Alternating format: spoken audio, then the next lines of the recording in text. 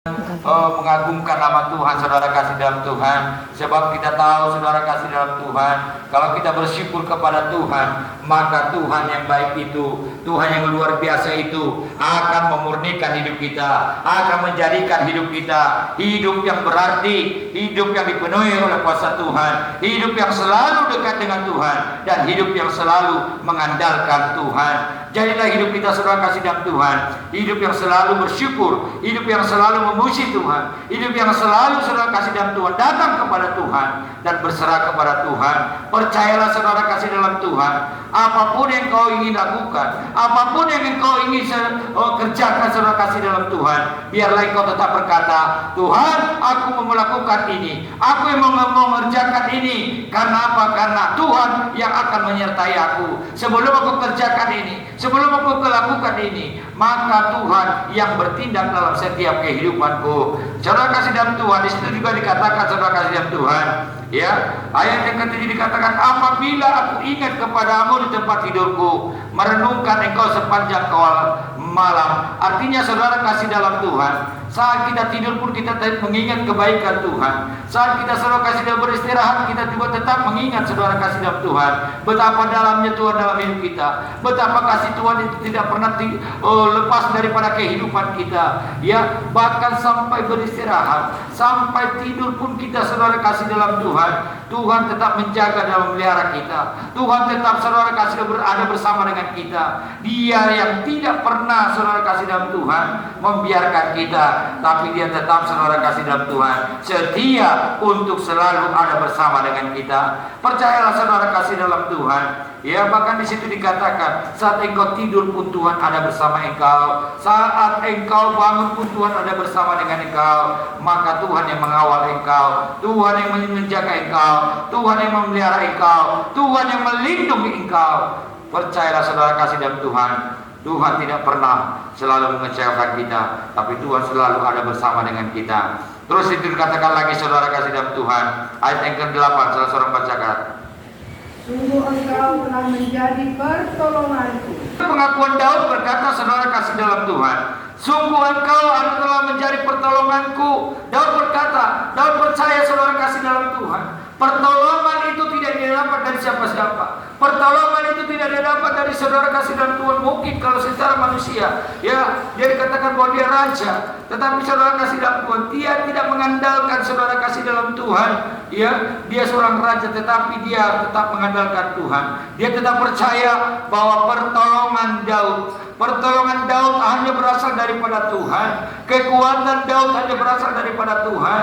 Tidak ada yang lain, saudara kasih dalam Tuhan. Maka dari itu, saudara kasih dalam Tuhan, di situ dikatakan, sungguh engkau telah menjadi pertolonganku. Ini pengakuan Daud, saudara kasih dalam Tuhan, bahwa dia merasa pertolongan Tuhan selalu ada bersama dengan dia. Tetapi intinya, saudara kasih dalam Tuhan, kalau dia setia kepada Tuhan, kalau dia taat kepada Tuhan, maka pertolongan Tuhan akan tergenapi dalam hidup dia. Begitu juga dalam kehidupan kita, saudara kasih dalam Tuhan. Kita ingin, saudara kasih dalam Tuhan, pertolongan Tuhan nyata dalam hidup kita.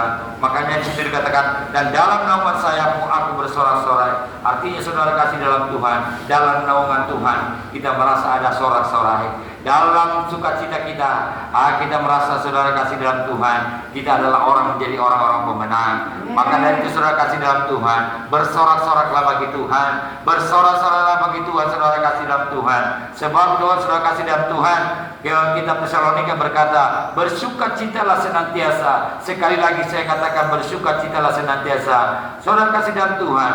Karena di balik sukacita itu ada yang Tuhan lakukan, yaitu sesuatu kebahagiaan, saudara. Maka dari itu, saudara kasih dalam Tuhan, hari ini Tuhan mengingatkan kepada kita, sungguh engkau telah menjadi pertolonganku, dan dalam naungan sayap aku bersorak-sorai. Artinya, saudara kasih dalam Tuhan, kalau sayap itu ada satu perlindungan, saudara, ya, sama seperti, saudara kasih dalam Tuhan, ya, kalau ayam baru menetas, saudara kasih dalam Tuhan, ya, baru menetaskan anaknya, saudara, ya, sama seperti itu, saudara, sayapnya selalu untuk menutup bungkus anaknya. Supaya apa?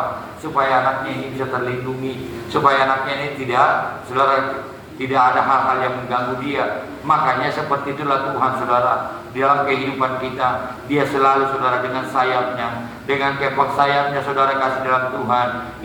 Dia saudara kasih dalam Tuhan, melindungi kita. Dia yang selalu saudara menjaga hidup kita, saudara kasih dalam Tuhan. Kita tidak mau, atau Tuhan tidak mau saudara kasih dalam Tuhan kita jatuh dalam dosa. Tuhan tidak mau saudara kasih dalam Tuhan kita ditimpa bencana. Maka dari itu Tuhan katakan saudara kasih dalam Tuhan, berlindunglah kepada Tuhan, berlindunglah kepada Tuhan, maka Tuhan akan melindungi engkau. Datanglah sama Tuhan, maka Tuhan akan selalu ada bersama dengan engkau. Terus selanjutnya dikatakan lagi saudara kasih dalam Tuhan, jiwamu melekat kepadamu, dengan kananmu menopang aku. Artinya jiwa kita tetap melekat. Daud pun tetap melekat kepada Tuhan. Ya, kalau kita katakan saudara kasih dalam Tuhan, kita telusuri saudara kasih dalam Tuhan, kita Mazmur ini bukan tidak ada tantangan Daud saudara kasih dalam Tuhan. Banyak tantangan, banyak masalah saudara kasih dalam Tuhan.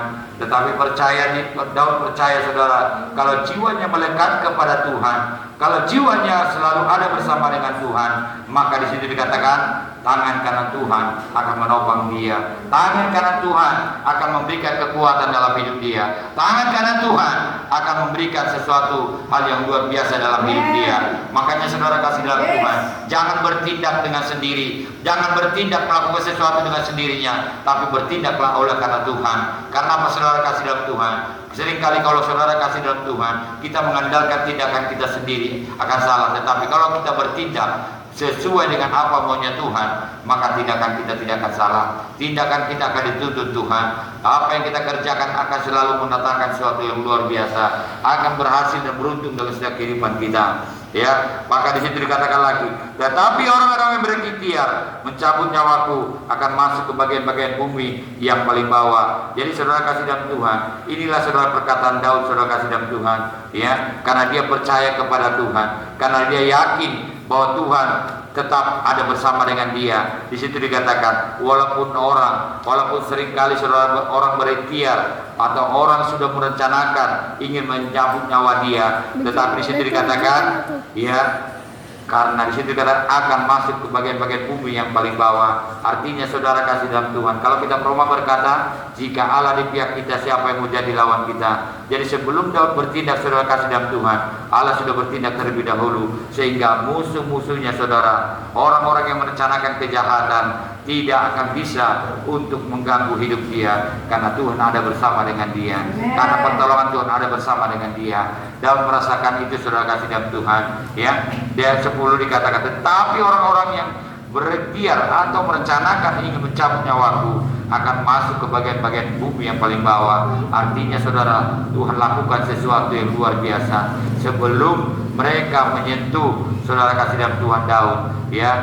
Tuhan sudah melakukan sesuatu. Bahkan di situ dikatakan akan masuk ke bagian-bagian bumi yang paling bawah. Kalau bagian bumi saudara kasih dalam Tuhan, oh sungguh luar biasa saudara. Bumi paling bawah, berarti paling bawah sekali saudara kasih dalam Tuhan.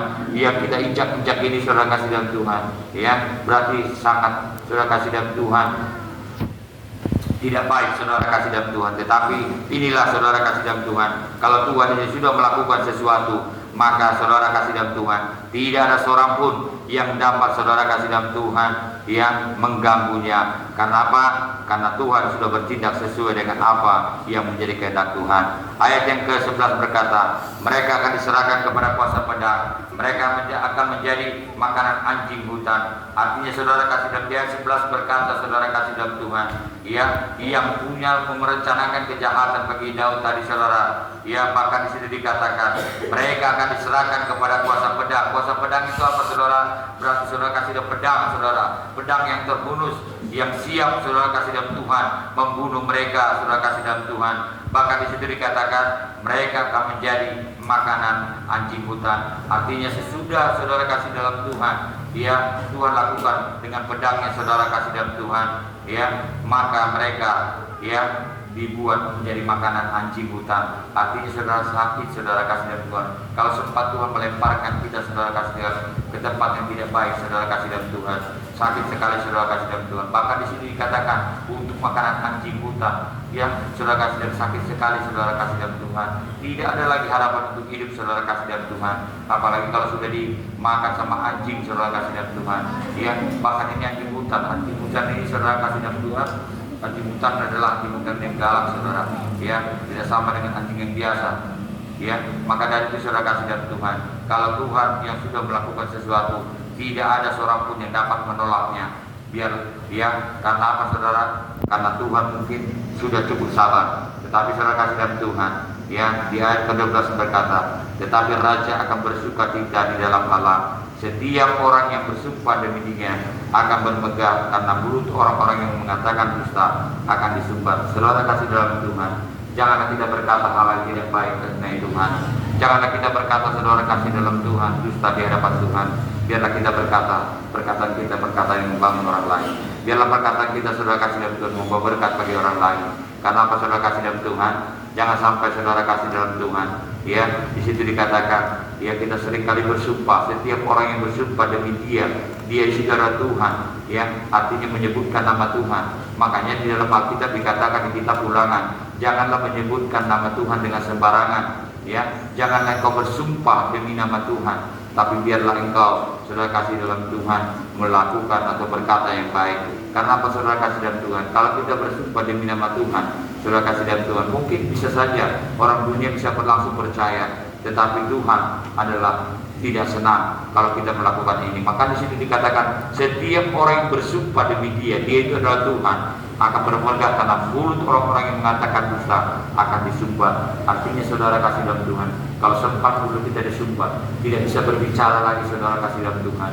Apa yang harus kita buat saudara? Ya, maka dari itu saudara kasih dalam Tuhan, sebelum Tuhan melakukan sesuatu dalam hidup kita, ya saudara kasih dalam, sebelum Tuhan menghukum saudara, biarlah saudara kita selalu setia kepada Tuhan. Bahkan Daud tetap mencari Tuhan, bahkan Daud tetap haus kepada Tuhan.